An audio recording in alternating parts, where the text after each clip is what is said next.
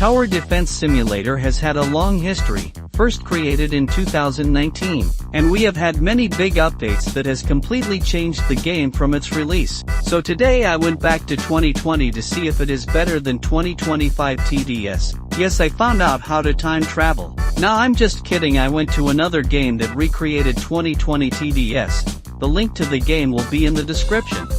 Also consider subscribing as videos like these take me a lot of time to make. Thanks! I have played this game before so that it isn't boring to watch me play scouts and snipers. I am also level 50 in this game as you can see, and I will be using Farm, Enforcer which is the old version of Shotgunner, Outlaw which is the old version of Ranger, John which is the old version of Militant and DJ. I went into a Crossroads elevator which was the old way of matchmaking. Meet Accelerator and _Robloxer. Accelerator doesn't speak English and was a new player who probably joined the game for his first time. However, Robloxer is an experienced player who is level 53. Here is where Robloxer said fallen. Me and Accelerator agreed hoping that she would carry us. So I placed down an Enforcer on wave 1 and Accelerator got scouts while Robloxer farmed for us. On wave 7 I started farming after I got a level 2 Enforcer, leaving Accelerator to defend by himself. You might wonder why I keep saying Accelerator, but it's the person's name. And then we took a lot of damage. That's where Accelerator told me to place another Enforcer next to his scouts. On wave 10, Robloxer had farmed enough money to place down a Outlaw, just in time for the abnormal boss which had 200 health. Everything went well after Robloxer started getting Outlaws. On wave 13 a few ninjas came out which are hidden enemies. Fortunately all of our towers had hidden detection so it was not a big issue. On wave 16 some mystery enemies had appeared. These are unique as they turn into a random enemy once they die, ranging from abnormal to abnormal boss. By the end of wave 16 I was done farming, and on wave 17 I started getting Outlaws which will be our main source of DPS. Stuff started going better than ever. On wave 24 I placed a John Tower which provided us a 30% damage boost which was vital for the future waves. On wave 30 a tank spawned, which wasn't a problem due to my John ability. However, on wave 35 a Templar spawned, which has a shield which makes all attacks do 2 damage only. The only way to counter it was to use explosives, and luckily Robloxer had placed down a few commandos which had rockets, but it was not enough and we ended up losing to him. Well, I learned from my mistakes and I brought Rocketeer. I don't want to bore you with the same stuff, so let's skip to wave 40. I decided to do it again with Robloxer, and 2 new people called Corrupted and MLG who are both wearing the same avatar. This time me, Corrupted and MLG got Rocketeers down in time for Templar and we destroyed him. For wave 40 the Fallen King spawned, a boss who has 150k health.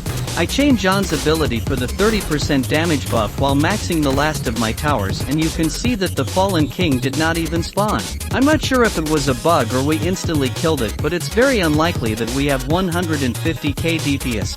Why don't we ramp stuff up again? Hidden Wave is one of the hardest challenges inside of current TDS, and Hidden Wave also used to exist back in 2020 and was much harder than our current version. To trigger Hidden Wave you need to beat Fallen in under 16 minutes, which is really hard, and then beat Hidden Wave. I also forgot to mention the creator, which is the Hidden Wave boss. It has 600k HP, which is a lot as towers back then did not do a lot of damage. Anyways, let's begin. So me and Corrupted used Enforcer for early game as it does a lot of damage for a cheap price, while the other 2 farmed for Outlaws and supports. This allowed us to smoothly trigger Hidden Wave.